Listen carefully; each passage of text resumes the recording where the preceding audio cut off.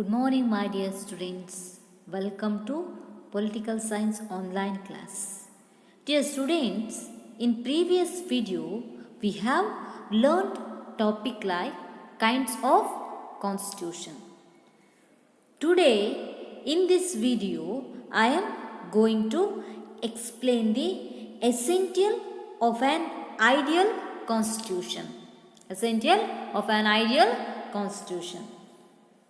ಪ್ರಿಯ ವಿದ್ಯಾರ್ಥಿಗಳೇ, ಕಳೆದಂಥ ಒಂದು ಅವಧಿಯಲ್ಲಿ ನಾವು ಸಂವಿಧಾನದ ವಿಧಗಳ ಕುರಿತಾಗಿ ತಿಳಿದುಕೊಂಡಿದ್ದೇವೆ. ಇಂದಿನ ಅವಧಿಯಲ್ಲಿ ಆದರ್ಶ ಸಂವಿಧಾನದ ಅಗತ್ಯ ಅಂಶಗಳ ಕುರಿತಾಗಿ ತಿಳಿದುಕೊಳ್ಳೋಣ. ಓಕೆ, ಆದರ್ಶ ಸಂವಿಧಾನ ಅಥವಾ an ideal constitution, essential of an ideal constitution. ಒಂದು ಆದರ್ಶವಾದಂಥ ಸಂವಿಧಾನ ಅಂತ ನಾವು ಯಾವುದಕ್ಕೆ ಕರಿತೀವಿ? ಆದರ್ಶ ಸಂವಿಧಾನ ಯಾವ ರಾಷ್ಟ್ರದ ಸಂವಿಧಾನ? ಅಥವಾ ಆದರ್ಶ ಸಂವಿಧಾನ ಅನ್ಸ್ಕೊಳ್ಬೇಕಿದ್ರೆ ಅಲ್ಲಿ ಯಾವೆಲ್ಲ ಅಂಶಗಳು ಇರಬೇಕಾಗತ್ತೆ ಎನ್ನುವಂಥದ್ದನ್ನು ನಾವು ತಿಳಿಯೋಣ. ಫಾರ್ ಎಕ್ಸಾಂಪಲ್, ಒಂದು ಆದರ್ಶ ವ್ಯಕ್ತಿ, ನಮಗೆ ಒಬ್ಬೊಬ್ಬರು ಆದರ್ಶ ವ್ಯಕ್ತಿಗಳಿರುವಂಥದ್ದನ್ನು ನಾವು ನೋಡ್ತೀವಿ. ಒಬ್ಬರಿಗೆ ವಿವೇಕಾನಂದರು ಆದರ್ಶ ವ್ಯಕ್ತಿಗಳಾಗಿರ್ತಾರೆ, ಇನ್ನೊಬ್ಬರಿಗೆ B.R. ಅಂಬೇಡ್ಕರ್ ಇರ್ಬೋದು, ಇನ್ನೊಬ್ಬರಿಗೆ ಮಹಾತ್ಮ ಗಾಂಧೀಜಿಯವರು ಆದರ್ಶ ವ್ಯಕ್ತಿಗಳಾಗಿರ್ತಾರೆ. ಆ ಒಂದು ಆದರ್ಶ ವ್ಯಕ್ತಿ ಅಂತ ನಾವು ಇಟ್ಟುಕೊಳ್ಬೇಕಿದ್ರೆ ಅಲ್ಲಿ ಆ ಒಂದು ವ್ಯಕ್ತಿಯಲ್ಲಿ ಯಾವೆಲ್ಲ ಗುಣಗಳು ಇರಬೇಕಾಗುತ್ತೆ? ಅವಳು ಗುಡ್ ಕ್ಯಾರೆಕ್ಟರ್ ಏನಿರಬೇಕಾಗುತ್ತೆ? ಅವರದ್ದು ಒಂದು ಒಳ್ಳೆ ರೀತಿಯಾದಂಥ ಒಂದು ಗುಣಗಳಿರಬೇಕಾಗುತ್ತೆ. ಒಳ್ಳೆ ರೀತಿಯಾದಂಥ ನಡತೆ ಇರಬೇಕಾಗುತ್ತೆ. ಏನಾದರೂ ಒಂದು ಒಳ್ಳೆ ರೀತಿಯಾದಂಥ 4 ಜನರಿಗೆ ಹೆಲ್ಪ್ ಮಾಡುವಂಥದ್ದು ಅಥವಾ ಸಹಕಾರದ ಮನೋಭಾವ ಎನ್ನುವಂಥದ್ದು ಇರಬೇಕಾಗುತ್ತೆ. ಒಂದು ಆದರ್ಶ ವ್ಯಕ್ತಿ ಅಂತ ಅನ್ಸ್ಕೊಳ್ಬೇಕಿದ್ರೆ ಯಾವೆಲ್ಲ ಒಳ್ಳೆಯ ಅಂಶಗಳು ಇದೆಯೋ ಆ ಎಲ್ಲ ಒಳ್ಳೆಯ ಗುಣಗಳು, ಅಂಶಗಳು ಎನ್ನುವಂಥದ್ದು ಆ ವ್ಯಕ್ತಿಯಲ್ಲಿ ಇದ್ದಾಗ ಮಾತ್ರ ನಾವು ಅವನನ್ನು ಆದರ್ಶ ವ್ಯಕ್ತಿ ಅಂತ ಕರೆಯಲಿಕ್ಕೆ ಸಾಧ್ಯ ಆಗುತ್ತೆ. ಅದೇ ರೀತಿಯಾಗಿ ಆದರ್ಶ ಸಂವಿಧಾನ ಅಂತ ಅನ್ಸ್ಕೊಳ್ಬೇಕಿದ್ರೆ ಯಾವ ಅಂಶಗಳು ಆ ಒಂದು ಸಂವಿಧಾನದಲ್ಲಿ ಇರಬೇಕು ಅಂತ ನೋಡೋದಾದ್ರೆ, first one, aims and objectives. ಧ್ಯೇಯ ಮತ್ತು ಗುರಿಗಳು ಯಾವುದಕ್ಕಿರಬೇಕು? ಏಮ್ಸ್ ಆ್ಯಂಡ್ ಆಬ್ಜೆಕ್ಟಿವ್ಸ್ ಯಾರಿಗಿರಬೇಕು? ಧ್ಯೇಯ ಮತ್ತು ಗುರಿಗಳು ಎನ್ನುವಂಥದ್ದು ಯಾರಿಗಿರಬೇಕು? an ideal constitution contain certain essential features such as aims and objectives.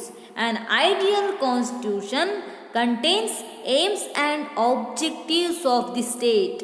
The preamble of the constitution serves the purpose. Into the preamble in Indian constitutions are equality, liberty and fraternity, and especially to the Indian constitution or other constitution. ನೋಡಿ, ನಾವು ಯಾವುದೇ ಒಂದು ಸಂವಿಧಾನವನ್ನು ತಗೊಂಡಾಗ ಅಲ್ಲಿ ಆ ಒಂದು ಸಂವಿಧಾನಕ್ಕೆ ಧ್ಯೇಯ ಮತ್ತು ಗುರಿ ಎನ್ನುವಂಥದ್ದು ಇರಬೇಕಾಗಿರುವಂಥದ್ದನ್ನು ನಾವು ನೋಡ್ತೀವಿ. ಉತ್ತಮ ಸಂವಿಧಾನವು ಕೆಲವು ಧ್ಯೇಯ ಮತ್ತು ಗುರಿಗಳನ್ನು ಒಳಗೊಂಡಿರುತ್ತೆ. ಆ ಧ್ಯೇಯ ಮತ್ತು ಗುರಿಗಳ ಸಾಧನೆ ಅದರ ಪ್ರಮುಖವಾದಂಥ ಉದ್ದೇಶವಾಗಿರುವಂಥದ್ದನ್ನು ನಾವು ನೋಡ್ತೀವಿ. ಸಹಜವಾಗಿ ಪೂರ್ವ ಪೀಠಿಕೆಯಲ್ಲಿ ಸಮಾನತೆ ಇರ್ಬೋದು, ಸ್ವಾತಂತ್ರ್ಯ ಇರ್ಬೋದು, ಸಹೋದರತೆ ಇರ್ಬೋದು, ಎಲ್ಲ ಅಂಶಗಳನ್ನು ನಾವು ಒಳಗೊಂಡಿದ್ದಾಗ ಮಾತ್ರ ಅದೊಂದು ಉತ್ತಮವಾದಂಥ ಸಂವಿಧಾನ ಅಂತ ಅನಿಸ್ಕೊಳ್ಳಿಕ್ಕೆ ಸಾಧ್ಯ ಆಗಿರುವಂಥದ್ದನ್ನು ನಾವು ನೋಡ್ತೀವಿ. ಒಂದು ಗುರಿ ಇರುತ್ತೆ, ಒಂದು ಧ್ಯೇಯ ಇರುತ್ತೆ ಸಂವಿಧಾನಕ್ಕೆ ಎನ್ನುವಂಥದ್ದು. ಏನು? Is to the provide to the justice. ಜನರಿಗೆ ಉತ್ತಮವಾದಂಥ ನ್ಯಾಯವನ್ನು ಒದಗಿಸುವಂಥ ಗುರಿ ಹೊಂದಿರುತ್ತೆ. ಇದೂ ಸಹ ಒಂದು ಗುರಿ ಮತ್ತು ಉದ್ದೇಶದಲ್ಲಿ ಒಂದಾಗಿರುತ್ತೆ. ಇಡೀ ಒಂದು ದೇಶವನ್ನು ಸುವ್ಯವಸ್ಥಿತವಾಗಿ ನಡೆಸಿಕೊಂಡು ಹೋಗುವಂಥ ಗುರಿಯನ್ನು ಹೊಂದಿದ್ದು ಆ ಸಂವಿಧಾನ ರಚನೆಯಾಗಿರುತ್ತೆ. ಅದು ಸಹ ಒಂದು ಧ್ಯೇಯ ಮತ್ತು ಉದ್ದೇಶ ಆಗಿರುವಂಥದ್ದನ್ನು ನಾವು ನೋಡ್ಬೋದಾಗಿದೆ. ಹಾಗಾಗಿ ಯಾವ ಒಂದು ರಾಷ್ಟ್ರದ ಸಂವಿಧಾನದಲ್ಲಿ ಉತ್ತಮವಾದಂಥ ಧ್ಯೇಯ ಮತ್ತು ಗುರಿ ಎನ್ನುವಂಥದ್ದು ಹೊಂದಿರುತ್ತೋ ಆ ಸಂವಿಧಾನ ಎನ್ನುವಂಥದ್ದು ಆದರ್ಶ ಸಂವಿಧಾನ ಎನಿಸಿಕೊಳ್ಳುವಂಥದ್ದನ್ನು ನಾವು ನೋಡಬಹುದು. Second one, clarity and precision, ಅಂದರೆ ಸ್ಪಷ್ಟತೆ ಮತ್ತು ಖಚಿತತೆ ಎನ್ನುವಂಥದ್ದು ಇಲ್ಲಿ ಇರಬೇಕಾಗುತ್ತೆ. ಎಷ್ಟು ದಿ ಕ್ಲಾರಿಟಿ. ನಾವು ಯಾವುದೇ ಒಂದು ವಿಷಯವನ್ನು ಅಲ್ಲಿ ಕ್ಲಾರಿಟಿ ಎನ್ನುವಂಥದ್ದು ಇಂಪಾರ್ಟೆನ್ಸನ್ನು ಪಡ್ಕೊಳ್ಳುತ್ತೆ. ವಿಷಯ ಸ್ಪಷ್ಟತೆ ಎನ್ನುವಂಥದ್ದು ಮಹತ್ವವನ್ನು ಪಡೆದುಕೊಳ್ಳುವಂಥದ್ದನ್ನು ನಾವು ನೋಡ್ತೀವಿ. ಯಾವುದೇ ಒಂದು ವಿಷಯ ಇರ್ಬೋದು, ಯಾವುದೇ ಒಂದು ಸಬ್ಜೆಕ್ಟನ್ನು ತಗೊಂಡಾಗ ಅಲ್ಲಿ clarity, satisfaction to the very important. ನಮಗೆ ಸ್ಪಷ್ಟತೆ ಮತ್ತು ಅದರ ಒಂದು ತಿಳುವಳಿಕೆ ಎನ್ನುವಂಥದ್ದು ಸ್ಪಷ್ಟವಾಗಿದ್ದಾಗ ಮಾತ್ರ ಅದು ಉತ್ತಮವಾಗಿರುತ್ತೆ. ಇಲ್ಲೂ ಸಹ ಎಷ್ಟು the an ideal constitution is characterized by the clarity and precision. It has to be drafted carefully so that its principles are laid down with the clarity. The language used in the constitution should not lead to embodies ಅಂದರೆ ಆದರ್ಶ ಸಂವಿಧಾನ ಎನ್ನುವಂಥದ್ದು ಸ್ಪಷ್ಟ ಮತ್ತು ಖಚಿತವಾಗಿ ಇರಬೇಕಾಗುತ್ತೆ. ನಿಶ್ಚಿತ ವಿಷಯಗಳೊಂದಿಗೆ ಜಾಗೃತಿಯಿಂದ ಮತ್ತು ಸಂವಿಧಾನವನ್ನು ರಚಿಸಬೇಕಾಗಿರುತ್ತೆ. ಸ್ಪಷ್ಟತೆ ಇರಬೇಕಾಗುತ್ತೆ. ಪ್ರತಿಯೊಂದು ತತ್ವ, ವಿಷಯ, ನಿಯಮಗಳು ಹಾಗೂ ಬಳಸಲಾದಂಥ ಭಾಷೆಯು ಅತ್ಯಂತ ಸ್ಪಷ್ಟ ಮತ್ತು ನಿಖರತೆಯಿಂದ ಕೂಡಿರಬೇಕು. ಎಲ್ಲರಿಗೂ ಅರ್ಥವಾಗುವ ರೀತಿಯಲ್ಲಿ ಇರಬೇಕಾಗತ್ತೆ. ಇವತ್ತು ಒಂದು ರೀತಿಯಾದಂಥ ಕಾನೂನು ಸಂವಿಧಾನ ಹೇಳಿದರೆ ಇನ್ನೊಂದು, ನಾಳೆ ಮತ್ತೊಂದು ರೀತಿಯಾದಂಥ ಕಾನೂನನ್ನು ಸಂವಿಧಾನ ಎನ್ನುವಂಥದ್ದು ಹೇಳೋ ಹಾಗೆ ಇಲ್ಲ. ಅದು ಸ್ಪಷ್ಟವಾಗಿರಬೇಕು. ಯಾವ ರೀತಿಯಾಗಿ ಸಂವಿಧಾನ ಇದೆ, ಆ ಒಂದು ಕಾನೂನುಗಳು ಯಾವ ರೀತಿಯಾಗಿದೆ ಎನ್ನುವಂಥದ್ದನ್ನು ಸಂವಿಧಾನದಲ್ಲಿ ಸ್ಪಷ್ಟವಾಗಿ ತಿಳಿಸಿದರೆ, ತುಂಬ ದೊಡ್ಡ ಸಂವಿಧಾನವನ್ನು ಆದರ್ಶ ಸಂವಿಧಾನ ಅಂತ ಎನಿಸ್ಕೊಳ್ಳಿಕ್ಕೆ ಆಗುತ್ತಾ? ಇಲ್ಲ. ತುಂಬ ಸಣ್ಣದಿರುವಂಥ ಸಂವಿಧಾನವನ್ನು ಆದರ್ಶ ಸಂವಿಧಾನ ಅಂತ ಕರೀಲಿಕ್ಕೆ ಸಾಧ್ಯ ಇದೆಯಾ? ಇಲ್ಲ. ಅಲ್ಲಿ ಏನಿರಬೇಕಾಗತ್ತೆ, ಎಷ್ಟು ದಿ ಕ್ಲಾರಿಟಿ, ಸ್ಪಷ್ಟತೆ ಎನ್ನುವಂಥದ್ದು ಪ್ರತಿ ಸಂವಿಧಾನದಲ್ಲಿ ಇದ್ದಾಗ ಮಾತ್ರ ಅದು ಆದರ್ಶ ಸಂವಿಧಾನ ಅಂತ ಎನಿಸಿಕೊಳ್ಳುವಂಥದ್ದನ್ನು ನಾವು ನೋಡ್ಬೋದು. ಅದೇ ರೀತಿಯಾಗಿ comprehensive and brief. Comprehensive and brief, ಸಮಗ್ರವಾದುದು ಮತ್ತು ಸಂಕ್ಷಿಪ್ತ ಸಂವಿಧಾನ. ಸಮಗ್ರವಾದುದು ಮತ್ತು ಸಂಕ್ಷಿಪ್ತ ಸಂವಿಧಾನ. An ideal constitution must be a comprehensive enough to include the details of the powers and functions of the government and rights and obligations of the people. ಸಮಗ್ರ ಮತ್ತು ಸಂಕ್ಷಿಪ್ತವಾದಂಥ ಸಂವಿಧಾನ ಆಗಿರಬೇಕಾಗತ್ತೆ. ಉತ್ತಮ ಸಂವಿಧಾನವು ಸಮಗ್ರವಾದದ್ದು, ಪರಿಪೂರ್ಣವಾದದ್ದು ಆಗಿರಬೇಕಾಗತ್ತೆ. ಸರ್ಕಾರಕ್ಕೆ ತನ್ನ ಅಧಿಕಾರ, ತನ್ನ ಇತಿಮಿತಿಗಳು ಏನು ಎನ್ನುವಂಥದ್ದನ್ನು ಸ್ಪಷ್ಟವಾಗಿ ತಿಳಿಸಿರಬೇಕು. ಜೊತೆಗೆ ಪ್ರಜೆಗಳ ಹಕ್ಕು ಮತ್ತು ಕರ್ತವ್ಯಗಳ ಕುರಿತಾಗಿಯೂ ಸಹ ತಿಳಿಸಿರಬೇಕು. ಅದೇ ರೀತಿಯಾಗಿ ಪ್ರಜೆಗಳ ಹಕ್ಕುಗಳ ಜೊತೆಗೆ ಅವರ ಬಾಧ್ಯತೆಗಳೇನು ಎನ್ನುವಂಥದ್ದನ್ನು ಸಮಗ್ರವಾಗಿ ತಿಳಿಸಿರಬೇಕು. ಅದೇ ರೀತಿಯಾಗಿ ಅಸ್ಪಷ್ಟತೆಯಿಂದ ಕೂಡಿರಬಾರ್ದು. ಸಮಸ್ಯೆಗಳು ಮತ್ತು ಸಂಘರ್ಷಕ್ಕೆ ದಾರಿ ಮಾಡಿಕೊಡುವಂಥ ವಿಷಯಗಳನ್ನು ಅಲ್ಲಿ ಹೇಳಿರ್ಕೂಡ್ದು. ಎಲ್ಲದೂ ಸಹ ಸ್ಪಷ್ಟವಾಗಿರಬೇಕು.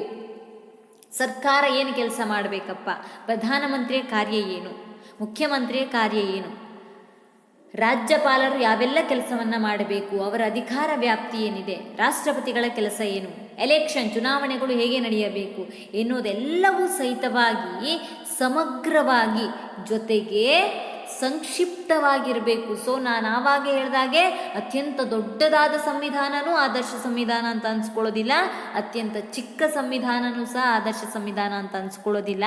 ಆ ಆದರ್ಶ ಸಂವಿಧಾನ ಅಂತ ಎನಿಸ್ಕೊಳ್ಬೇಕಿದ್ರೆ ಅಲ್ಲಿ ಏನಿರಬೇಕಾಗುತ್ತೆ, ಕಾಂಪ್ರಿಹೆನ್ಸಿವ್ ಆ್ಯಂಡ್ ಬ್ರೀಫ್, ಸಮಗ್ರವಾಗಿ ತಿಳಿಸಬೇಕಾದಂಥ ವಿಷಯವನ್ನು ಸಮಗ್ರವಾಗಿ ತಿಳಿಸಬೇಕಾಗಿರುತ್ತೆ.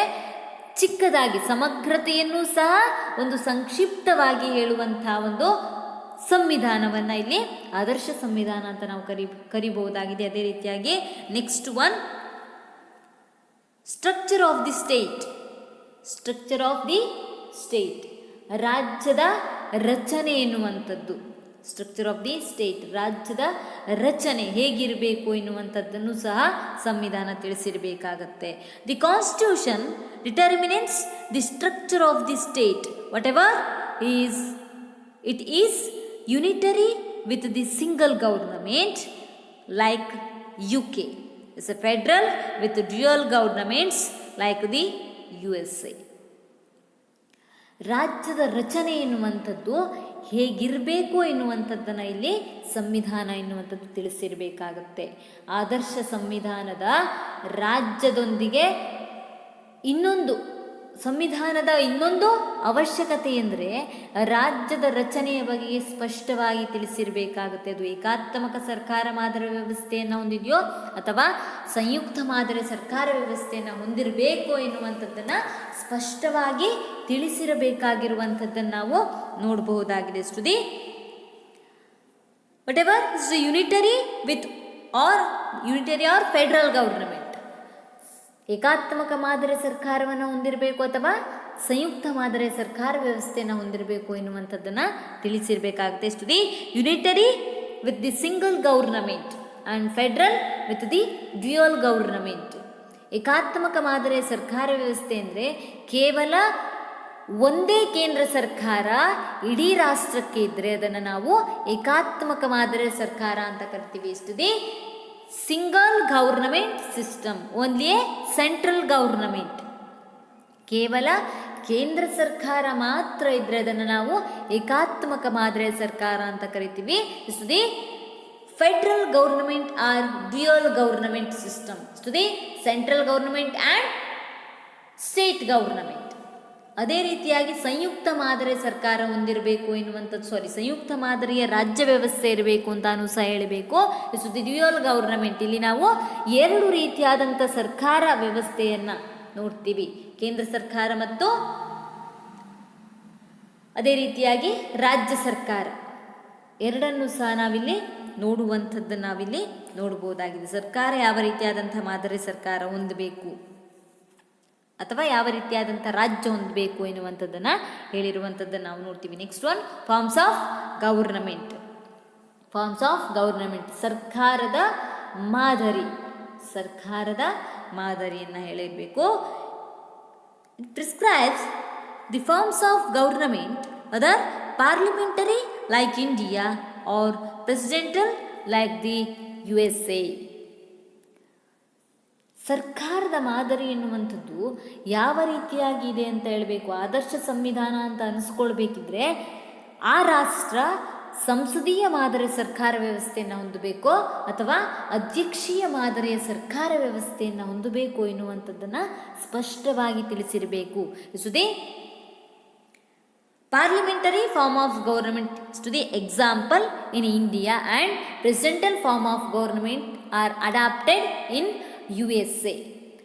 ಸಂಸದೀಯ ಮಾದರಿ ಸರ್ಕಾರವನ್ನು ಭಾರತ ಎನ್ನುವಂಥದ್ದು ಅಳವಡಿಸಿಕೊಂಡಿದ್ದರೆ ಅಧ್ಯಕ್ಷೀಯ ಮಾದರಿ ಸರ್ಕಾರ ವ್ಯವಸ್ಥೆಯನ್ನು ಅಮೆರಿಕ ಎನ್ನುವಂಥದ್ದು ಅಳವಡಿಸಿಕೊಂಡಿರುವಂಥದ್ದನ್ನು ನಾವು ನೋಡ್ತೀವಿ. Is the clear on the constitution, ಏನು ಹೇಳಲಾಗಿದೆ ಸಂವಿಧಾನದಲ್ಲಿಯೇ ಭಾರತ ಎನ್ನುವಂಥದ್ದು ಸಂಯುಕ್ತ ಮಾದರಿಯ ಸರ್ಕಾರ ವ್ಯವಸ್ಥೆಯನ್ನು ಹೊಂದಬೇಕು ಅಂತ ಹೇಳಲಾಗಿದೆ. ಅದೇ ರೀತಿಯಾಗಿ ಅಮೆರಿಕ ಸಂವಿಧಾನದಲ್ಲಿ ಅಮೆರಿಕ ಎನ್ನುವಂಥದ್ದು ಅಧ್ಯಕ್ಷೀಯ ಮಾದರಿಯ ಸರ್ಕಾರ ವ್ಯವಸ್ಥೆಯನ್ನು ಅಳವಡಿಸಿಕೊಳ್ಬೇಕು ಅಂತ ಸ್ಪಷ್ಟವಾಗಿ ಹೇಳಲಾಗಿದೆ. ಹಾಗಾಗಿ ಈ ವಿಷಯದಲ್ಲಿ ಅಮೆರಿಕ ಸಂವಿಧಾನವೂ ಆದರ್ಶ ಸಂವಿಧಾನ, ಭಾರತ ಸಂವಿಧಾನವೂ ಸಹಿತ ಆದರ್ಶ ಸಂವಿಧಾನ ಅಂತ ನಾವು ಈ ಒಂದು ವಿಷಯದಲ್ಲಿ ಹೇಳುವಂಥದ್ದನ್ನು ಕಾಣ್ತೀವಿ. ಅದೇ ರೀತಿಯಾಗಿ ಪ್ರಪಂಚದಲ್ಲಿರುವಂಥ ಪ್ರತಿಯೊಂದು ರಾಷ್ಟ್ರವೂ ಸಹಿತವಾಗಿ ಯಾವ ರೀತಿಯಾದಂಥ ರಾಜ್ಯ ವ್ಯವಸ್ಥೆಯನ್ನು ಹೊಂದಿರಬೇಕು, ಯಾವ ರೀತಿಯಾದಂಥ ಸರ್ಕಾರ ವ್ಯವಸ್ಥೆಯನ್ನು ಹೊಂದಿರಬೇಕು ಎನ್ನುವಂಥದ್ದು ಸ್ಪಷ್ಟಪಡಿಸಿರಬೇಕಾಗುತ್ತೆ. Next, organs of government. Organs of government, ಸರ್ಕಾರದ ವಿವಿಧ ಅಂಗಗಳ ಬಗೆಗೆ ವಿವರಣೆಯನ್ನು ನೀಡುವಂಥದ್ದು. ಸರ್ಕಾರದ ವಿವಿಧ ಅಂಗಗಳು. The 3 organs of government: legislative, executive and judiciary. ಸರ್ಕಾರದಲ್ಲಿ ನಾವು ಸಾಮಾನ್ಯವಾಗಿ 3 ಅಂಗಗಳನ್ನು ನೋಡ್ತೀವಿ: ಶಾಸಕಾಂಗ, ಕಾರ್ಯಾಂಗ ಮತ್ತು ನ್ಯಾಯಾಂಗ ವ್ಯವಸ್ಥೆ ಎನ್ನುವಂಥದ್ದನ್ನು ಕಾಣ್ತೀವಿ. ಹಾಗಾಗಿ in ideal constitution contains the outline of the organisations, powers and functions of the legislature, executive and judiciary. ಉತ್ತಮವಾದಂಥ ಸಂವಿಧಾನ ಅಂತ ಎನಿಸ್ಕೊಳ್ಳಬೇಕಿದ್ರೆ ಸರ್ಕಾರದ ವಿವಿಧ ಅಂಗಗಳಾದ ಶಾಸಕಾಂಗ ಇರ್ಬೋದು, ಕಾರ್ಯಾಂಗ ಇರ್ಬೋದು ಮತ್ತು ನ್ಯಾಯಾಂಗಗಳ ಅಧಿಕಾರ ಮತ್ತು ಕಾರ್ಯವ್ಯಾಪ್ತಿಯ ಬಗೆಗೆ ಖಚಿತವಾದಂಥ ವಿವರಣೆಯನ್ನು ನೀಡಬೇಕಾಗತ್ತೆ. ಶಾಸಕಾಂಗ ಇಷ್ಟು the legislature are enact the constitution, executive are the enforced by the legislature are the enact the law and executive are the enforced with the law and judiciary are the interpret the law. 3 ಅಂಗಗಳ ಕೆಲಸ ಏನು ಎನ್ನುವಂಥದ್ದನ್ನು ತಿಳಿಸಿರಬೇಕಾಗುತ್ತೆ. ಶಾಸಕಾಂಗ ಎನ್ನುವಂಥದ್ದು ಶಾಸನಗಳನ್ನು ರಚನೆ ಮಾಡಿದರೆ, ಕಾರ್ಯಾಂಗ ಎನ್ನುವಂಥದ್ದು ಆ ಒಂದು ಶಾಸನವನ್ನು ಜಾರಿಗೆ ತರುತ್ತೆ. ಅದೇ ರೀತಿಯಾಗಿ ಆ ಒಂದು ಶಾಸನ ಅಥವಾ ಕಾನೂನನ್ನು ಉಲ್ಲಂಘಿಸಿದರೆ ನ್ಯಾಯಾಂಗ ಎನ್ನುವಂಥದ್ದು ಅದಕ್ಕೆ ಶಿಕ್ಷೆಯನ್ನು ನೀಡುವಂಥ ಕೆಲಸವನ್ನು ಮಾಡುವಂಥದ್ದನ್ನು ಇಲ್ಲಿ ನಾವು ನೋಡ್ತೀವಿ. ಈ ರೀತಿಯಾಗಿ ಶಾಸಕಾಂಗ ಎನ್ನುವಂಥದ್ದು ಏನು ಕೆಲಸ ಮಾಡಬೇಕು, ಕಾರ್ಯಾಂಗ ಎನ್ನುವಂಥದ್ದು ಏನು ಕೆಲಸ ಮಾಡಬೇಕು, ಅದೇ ರೀತಿಯಾಗಿ ನ್ಯಾಯಾಂಗ ಎನ್ನುವಂಥದ್ದು ಏನು ಕೆಲಸ ಮಾಡಬೇಕು ಎನ್ನುವಂಥದ್ದನ್ನು ಸ್ಪಷ್ಟವಾಗಿ ವಿವರಿಸಬೇಕಾಗಿರುವಂಥದ್ದನ್ನು ಇಲ್ಲಿ ನಾವು ನೋಡಬಹುದಾಗಿದೆ. Next, fundamental rights. Fundamental rights ಮೂಲಭೂತ ಹಕ್ಕುಗಳು. An ideal constitution contains a list of fundamental rights of the people which are guaranteed to the citizens for their overall development. The fundamental rights are provided to the citizens. ಒಂದು ರಾಷ್ಟ್ರ ಎನ್ನುವಂಥದ್ದು ಪ್ರತಿಯೊಂದು ವ್ಯಕ್ತಿಗೂ ಸಹಿತವಾಗಿ ಮೂಲಭೂತ ಹಕ್ಕುಗಳನ್ನು ನೀಡಬೇಕಾಗತ್ತೆ. ಯಾಕಪ್ಪ ಅಂತಂದರೆ ಒಂದು ವ್ಯಕ್ತಿಯ ವ್ಯಕ್ತಿತ್ವದ ಬೆಳವಣಿಗೆ ಎನ್ನುವಂಥದ್ದು ನಿಂತಿರುವಂಥದ್ದು ಅವನಿಗೆ ನೀಡುವಂಥ ಮೂಲಭೂತ ಹಕ್ಕುಗಳಿಂದಾಗಿರುವಂಥದ್ದನ್ನು ನಾವು ನೋಡಬಹುದು. Presently in India 6 fundamental rights R implement. ಅಂದರೆ ಭಾರತ ಎನ್ನುವಂಥದ್ದು ಈಗಾಗಲೇ 6 ಮೂಲಭೂತ ಹಕ್ಕುಗಳನ್ನು ಜನರಿಗೆ ನೀಡಿರುವಂಥದ್ದನ್ನು ನಾವು ನೋಡ್ತೀವಿ. Right to equality, right to freedom. ನೋಡಿ, ನಮಗೆ ಏನಾಗಿರುವಂಥದ್ದು ಒಂದು ಇಕ್ವಾಲಿಟಿ, ಸಮಾನತೆಯ ಹಕ್ಕು ಎನ್ನುವಂಥದ್ದು, ಸ್ವಾತಂತ್ರ್ಯದ ಹಕ್ಕು ಎನ್ನುವಂಥದ್ದು ಇದೆಲ್ಲ ಇರಲೇಬೇಕು. ಫಂಡಮೆಂಟಲ್, ಮೂಲಭೂತವಾಗಿ ಇರಲೇಬೇಕಾದಂಥ ಅಥವಾ ಮೂಲಭೂತವಾಗಿ ಅವಶ್ಯಕ, ಅತಿ ಅವಶ್ಯಕ, ಅದಿಲ್ಲದೆ ಇದ್ದರೆ ಇರಲಿಕ್ಕಾಗಲ್ಲಪ್ಪ. ಆ ರೀತಿಯಾದಂಥ ಹಕ್ಕುಗಳು ಏನಿರುತ್ತೆ ಅದನ್ನೇ ಮೂಲಭೂತ ಹಕ್ಕುಗಳು ಅಂತ ನಾವು ಕರಿತೀವಿ. ಹೇಗೆ ಬದುಕಲಿಕ್ಕೆ ನೀರು, ಗಾಳಿ, ಮನೆ ಎಲ್ಲ ಬೇಕಲ್ವಾ, ಅದೇ ರೀತಿಯಾಗಿ ಕೆಲವೊಂದಿಷ್ಟು ಹಕ್ಕುಗಳು ಬೇಕಾಗಿರುತ್ತೆ, ಅದನ್ನೇ ಮೂಲಭೂತ ಹಕ್ಕುಗಳು ಅಂತ ಕರಿತೀವಿ. ಆ ಮೂಲಭೂತ ಹಕ್ಕುಗಳನ್ನು the provide to the constitution, ಸಂವಿಧಾನ ಎನ್ನುವಂಥದ್ದು ನೀಡಿರಬೇಕಾಗತ್ತೆ. ಅಂತಹ ಸಂವಿಧಾನವನ್ನು, ಈ ಒಂದು ಅಂಶವನ್ನು ಹೊಂದಿರುವಂಥ ಸಂವಿಧಾನವನ್ನು ಆದರ್ಶ ಸಂವಿಧಾನ ಅಂತ ನಾವು ಕರೀಲಿಕ್ಕೆ ಸಾಧ್ಯ ಇದೆ. Next, methods of amendment.